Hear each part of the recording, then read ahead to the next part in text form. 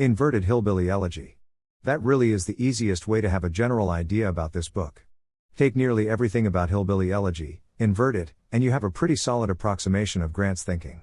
Told as a native of the eastern/southern side of Appalachia rather than the western/northern side, this is a man who went to prestigious southern schools. His dad was shot in the 2007 Virginia Tech shooting, rather than prestigious northern schools, the Ohio State and Yale. Instead of going into the military as a way out of Appalachia, Grant had already left Appalachia long ago as a businessman and came back during COVID to work in a purely peaceful, yet also constitutionally guaranteed, service, the United States Postal Service, with its own sworn oath remarkably similar to that of the military's.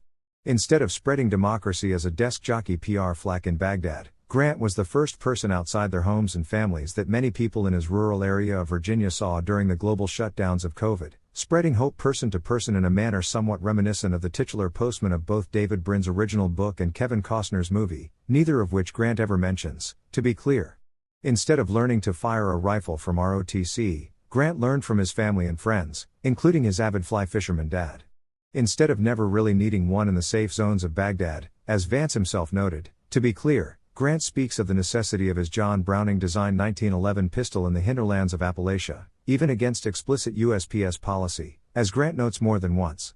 Instead of the dangers of a broken family, Grant's dangers come from both his own mind and the natural world around him, including an incident with a hornet nest as well as the burning and freezing of working out of a largely uninsulated metal box. Now, Grant doesn't seem to have any ambition for public office. Even when Hillbilly Elegy came out, Vance was already running for U.S. Senate, and that is truly one key distinction here. And yet, there are so many other similarities that the dichotomies really do speak to how you, the reader of my review of this book, can begin to get an idea of the overall nature of the book and whether you might be interested in reading it. In all honesty, this is absolutely one I would recommend for anyone even remotely interested in learning about the lives of a normal, if any of us really are, American in a job most of us will never have, but who came to that job during a period where most all of us experienced massive upheaval. To be clear, I was atypical during that period. The only difference in my job was that suddenly I was doing it from my home rather than driving across town to a cubicle I largely hated being in anyway.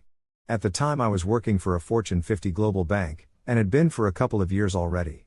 I wouldn't leave there until long after the world had regained most normality, such as it had by the mid-2020s at least. Now, you may be asking me, Jeff, why didn't you deduct a star for relying on COVID so much? You literally did that in your very last review for a book set in that exact same year. Which is a fair question, because I did do that and I do maintain that I largely don't want to read anything about that year at all.